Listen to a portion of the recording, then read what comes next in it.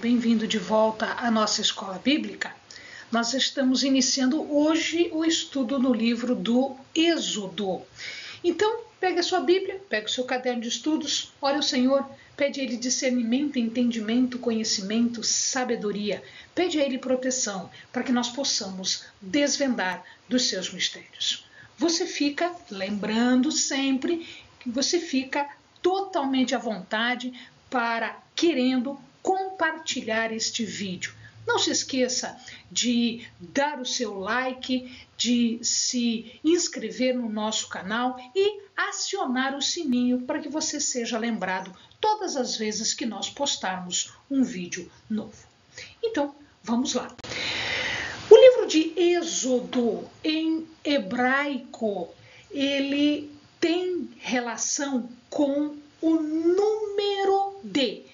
Portanto, ele significa, lendo em hebraico, a primeira palavra. Normalmente, os livros do Antigo Testamento, eles recebem um nome um pouquinho diferente do nome que nós estamos acostumados. Por quê? Porque o nome do livro é exatamente as primeiras palavras do livro. Então, aqui nós temos em hebraico Ve'el Shemot, ou seja, este é o número. Ele está falando do êxodo, mas está falando do número dos que vão sair do cativeiro egípcio. Portanto, ele trata da movimentação de um povo, do deslocamento, ele trata do êxodo, ele trata da emigração. E ele fala sobre o número de pessoas que está saindo do Egito. Os temas, portanto, são 3. É isso que nós vamos estudar durante todos esses vídeos que falam sobre o Êxodo, que tratam do Êxodo. Em primeiro lugar, ele trata da libertação do povo de Deus de um cativeiro. O primeiro cativeiro, o cativeiro egípcio, nós vamos explicar como isso aconteceu. Depois, em segundo lugar, ele fala de um estabelecimento de aliança, ou seja, existia já uma aliança com Abraão, Isaac, Jacó, entretanto agora vai ser feita uma aliança não com uma pessoa, mas vai ser feita uma aliança com um povo. É o povo da aliança, ele vai ser chamado desta forma. Então se estabelece uma aliança, um pacto com Deus. E o estabelecimento do decálogo, que é o resumo da lei e de toda a legislação que é chamada de legislação mosaica. Então Deus agora, neste pacto, nesta aliança, ele assume um compromisso. Qual é o compromisso de Deus? Ele é o compromisso de ser o único Deus verdadeiro, vivo, que vai prover uma terra de moradia para o povo, que vai prover uma segurança, que vai prover um sustento. E do lado do povo, o povo assume um compromisso de ser fiel, de observar e cumprir as orientações, a legislação que é dada logo em seguida. O livro, portanto, ele trata fundamentalmente de uma organização. Estamos vendo agora a organização da nacionalidade israelita. A nação vai nascer agora. Provavelmente, este fato aconteceu, o êxodo aconteceu muito provavelmente 3 meses depois que eles saíram do Egito. Nós vamos observar quando isso aconteceu, um pouquinho mais para frente a gente vai falar destes faraós que estavam no governo do Egito quando o povo saiu. Mas quando o livro foi escrito? Muito provavelmente depois disso acontecer. Durante o êxodo, existiu aí um tempo, um lapso de tempo de mais ou menos 40 anos, foram 38 anos depois deste acontecimento aqui do êxodo. E nesses 38 anos, muito provavelmente, Moisés teve tempo de escrever o Pentateuco, que são os 5 primeiros livros, né, ou a Torá, os 5 primeiros livros da Bíblia, ou a Torá. Se você observar, amado, você vai ver que lá em Deuteronômio existem coisas que estão sendo contadas depois que Moisés morreu, inclusive a morte de Moisés. Mas como assim Moisés escreveu isso? Não. Normalmente nós temos aí um posicionamento dos estudiosos dizendo de que provavelmente foi Josué, que era o escriba, que era o braço direito de Moisés, foi quem terminou a escrita do Deuteronômio lá no final. Portanto, ele fez as anotações finais. Para que nós possamos entender o livro de Êxodo, é preciso que algumas coisas sejam ditas. Na época em que o êxodo aconteceu, na libertação do povo, existiam 2 grandes nações. Então, nós vamos chamar isso de geografia política, em termos de domínio das nações naquela época. A primeira nação que dominava ali era o Egito. Nesta foto aqui, nesta imagem, está em verde. E numa cor mais escura, nós temos o reino dos hititas. O Egito, ele por si, era o maior, mais bem organizado país, nação daquele tempo. Era o centro da vida social e política de todo o Oriente Próximo. Ou seja, se você fosse falar de pessoas cultas, de ciência, de construções, de política, de domínio militar, de domínio econômico, você estava falando do Egito.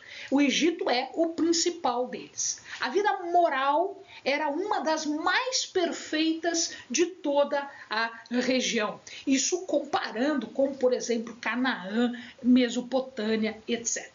Então, a vida moral era uma vida mais voltada ao que era correto. Era um local adequado para que os israelitas pudessem crescer, pudessem se desenvolver e pudessem, acima de tudo, aprender o que de melhor existia no mundo daquela época. Uma outra região era a dos hititas, era o reino de Ati. Então, como nós vimos aqui embaixo, né, o Egito que chegava, ele dominava Canaã e ia até uma cidade chamada Kadesh. Kadesh foi alvo de uma disputa, de uma guerra bastante grande entre os hititas e os egípcios, porque era um ponto em que as 2 nações se encontravam, era o local de fronteira entre essas 2 nações. A capital dos hititas era Atusa, ficava aqui em cima. Eles eram os rivais dos egípcios. Uma vez que eles brigaram, que houve batalha contra os egípcios, e essa batalha não houve vencedor, a gente vai ver mais para frente, ele não houve vencedor, mas exatamente com a sequência desta guerra, eles começaram a brigar entre eles, de tal forma que se instalou uma guerra civil entre os hititas. E eles desaparecem da história, porque eles se matam entre si, eles acabam se desaparecendo exatamente porque eles se digladiam, eles guerreiam e acabam desaparecendo. A geografia, então, do Êxodo, ele vai acontecer desta forma, é o que a gente vai ver mais para frente em detalhes. Então nós temos aqui o Egito, que era basicamente uma nação dominada por um rio importante, o rio Nilo, e esta terra era habitada pelos israelitas nesta região aqui. Então você vê, meu amado, uma cidade aqui quase perto do mar Mediterrâneo, no que a gente chama de delta do Nilo, quando o Nilo se espraia, quando ele se abre em forma de leque, né? Dando as suas águas, dando para o mar Mediterrâneo, então aqui em Ramsés, e na cidade de Pitom. Foram as duas cidades que eles construíram conforme a Bíblia nos explica. Então, pela história da Bíblia, imagina-se que eles saíram daqui, de Ramsés e de Pitom, eles atravessaram por aqui, atravessaram o Mar Vermelho, correram na beiradinha do Mar Vermelho, já na península do Sinai. Então isso aqui tudo é a península do Sinai. Eles andaram por aqui, Mara, Elim, vieram pelo deserto até o Monte Sinai, que fica aqui, ó, quando o braço aqui do Mar Vermelho se abre, formando aqui o Mar Vermelho propriamente dito e o Golfo de Acaba do lado de cá. Então aqui nesta pontinha é que a parte principal do Êxodo acontece, quando Deus dá para o povo a lei e faz com o povo o seu pacto, a sua aliança. E depois, mais tarde, eles sobem, né, e vão para o domínio da terra prometida, a terra de Canaã. Bom, naquela época existiam governadores do Egito. Os governadores do Egito não eram chamados de reis ou imperadores. O nome deles, né, o nome dessa posição deles era Faraó. Pois muito bem, aqui nós vamos ter duas situações. Alguns estudiosos acham que o êxodo aconteceu durante esta dinastia aqui, esta sequência de faraós, a dinastia 18, onde nós temos como principal faraó, principais faraó, os Tutmeses, Tutmés II, terceiro e quarto. Uma das suas filhas é a princesa Hatshepsut, que imagina-se foi quem recolheu Moisés do rio Nilo e criou Moisés na corte dos faraós. Pois muito bem, entretanto, aqui nós temos uma discussão, porque outros estudiosos dizem, inclusive até pelo que a Bíblia nos fala, que não foi essa dinastia, mas que foi numa outra dinastia, a dinastia 19. Na dinastia 19, nós temos como principais faraós os Ramséses. Então, o Ramsés I e II, principalmente o 2, que governou durante muitíssimo tempo. Só para você ter uma ideia, Ramsés I, ele governou de 1295 a.C. até 1294, ou seja, um aninho só. Mas Ramsés II, ele governa de 1278 até 1212. Foi nesta época aqui de Ramsés II que acontece aquela batalha que eu falei para os amados, a Batalha de Kadesh. E o acordo foi assinado em 1258. Pois muito bem, acontece que estas dinastias, explicam os estudiosos, estas dinastias eram dinastias que vinham de uma ruptura de faraós que eram chamados faraós estrangeiros. Eles tinham a origem dos Ixos. Então, quando José foi para o Egito, estava governando um faraó Ixo, ou seja, era um faraó estrangeiro. Por isso que José teve todo todo cuidado, teve aquela recepção lá. Quando estes faraós perdem o governo e os faraós egípcios mesmos, os antigos, os tradicionais, voltam ao governo, eles se insurgem, eles brigam com todos os estrangeiros que estavam colocados no país. Então eles eram bastante nacionalistas e eles acabavam expulsando todos os que eram estrangeiros. Os que eles não expulsaram, eles fizeram escravos. E é por isso que quando assume o governo, a Bíblia fala que quando assume um governo, um faraó que não conhecia José, eles se tornam escravos. Exatamente é nesta fase que os estudiosos estão explicando para nós. Quando os hicsos perdem, os faraós tradicionais assumem e eles então ou expulsam ou escravizam todos os que são estrangeiros. E é nesta época de Ramsés II que tanto a Bíblia quanto os achados arqueológicos demonstram mais provavelmente a saída do povo de Israel, né, dos israelitas, dos hebreus,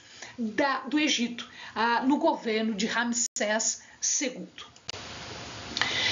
A Bíblia diz que eles haviam constituído cidades. Então é isso que nós estamos explicando aqui entre um e o outro. Então existem duas cronologias, uma cronologia que é chamada de longa, diz que o êxodo aconteceu na dinastia 18, mas a breve diz que o êxodo aconteceu na dinastia 19. Por que isso?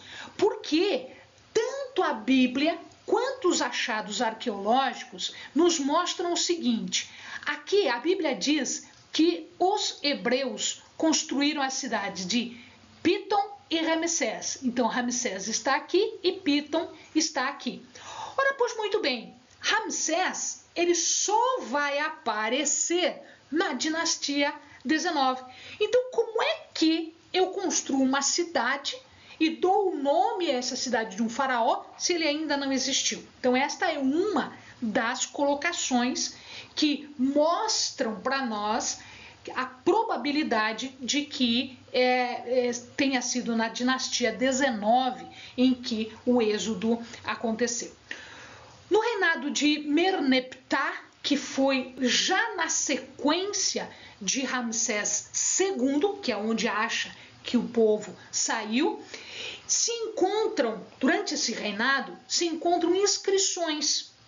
Merneptah, que foi o sucessor de Ramsés II, o faraó do Êxodo, ele escreve que os hebreus já estão em Canaã. Ou seja, eles saem no governo de Ramsés II e eles já haviam construído cidade chamada Ramsés.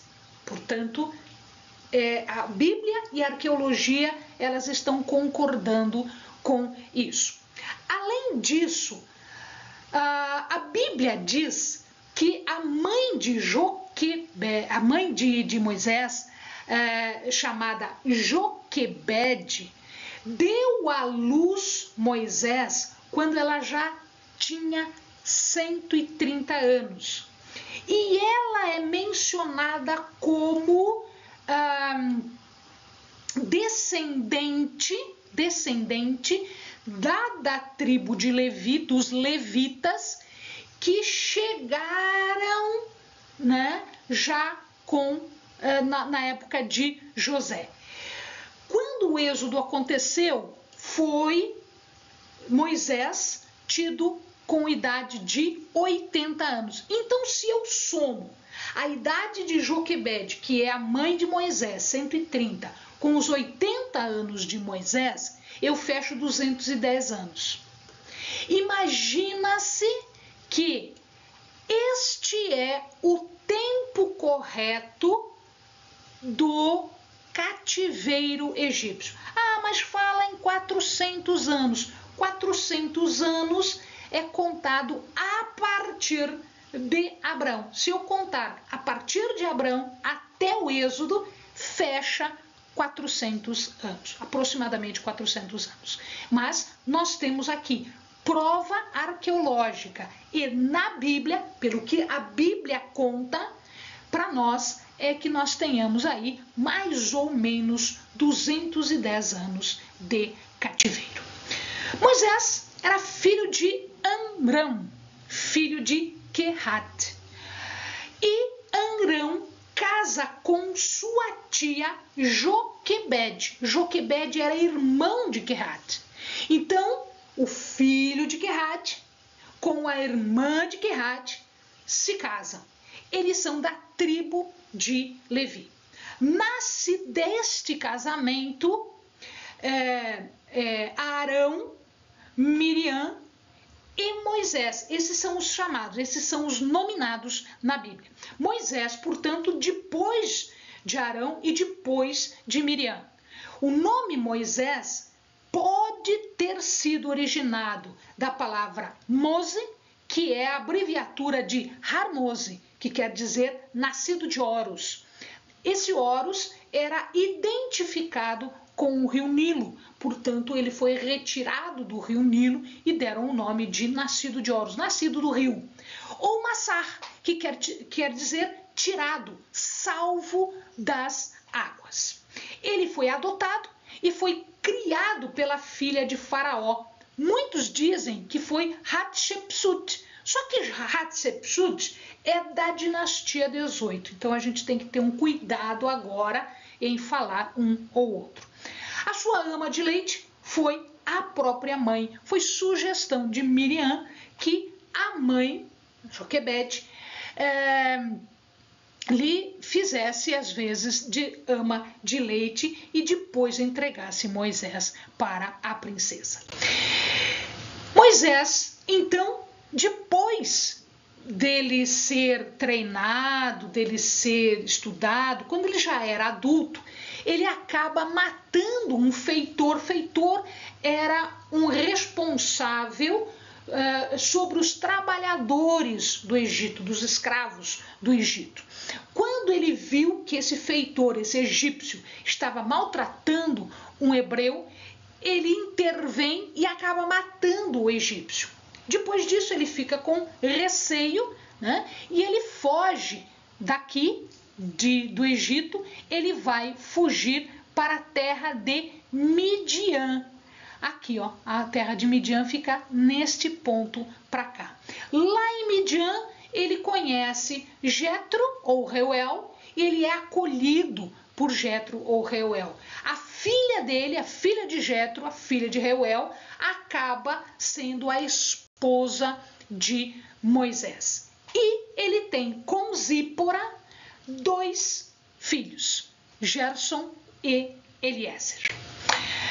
A missão de Moisés é ser um instrumento de libertação do povo de Deus do cativeiro egípcio. Tanto é que a vida dele é pouco comentada. O que se comenta no livro de Êxodo, que é o mais importante, não é a vida de Moisés, o que é mais importante é a libertação, o pacto e as leis. E aí é que ele vai entrar como a pessoa que guia os hebreus tanto na saída, na libertação, quanto no pacto, na feitura do pacto, quanto na entrega da lei. Muito bem, o livro, ele vai ser, nós vamos estudar o livro com 4 divisões, 4 momentos especiais. A opressão e o livramento do Egito, é a primeira parte, que vai até o verso 21 do capítulo 15. Depois nós entramos no Êxodo propriamente dito, com a marcha para o Sinai, que vai até o verso 27 do capítulo 18. Depois a lei no Monte Sinai, que vai até o 34, capítulo 34. E com isso nós fechamos falando sobre o tabernáculo entre o capítulo 35 e o capítulo 40. Amém, amados? Bons estudos!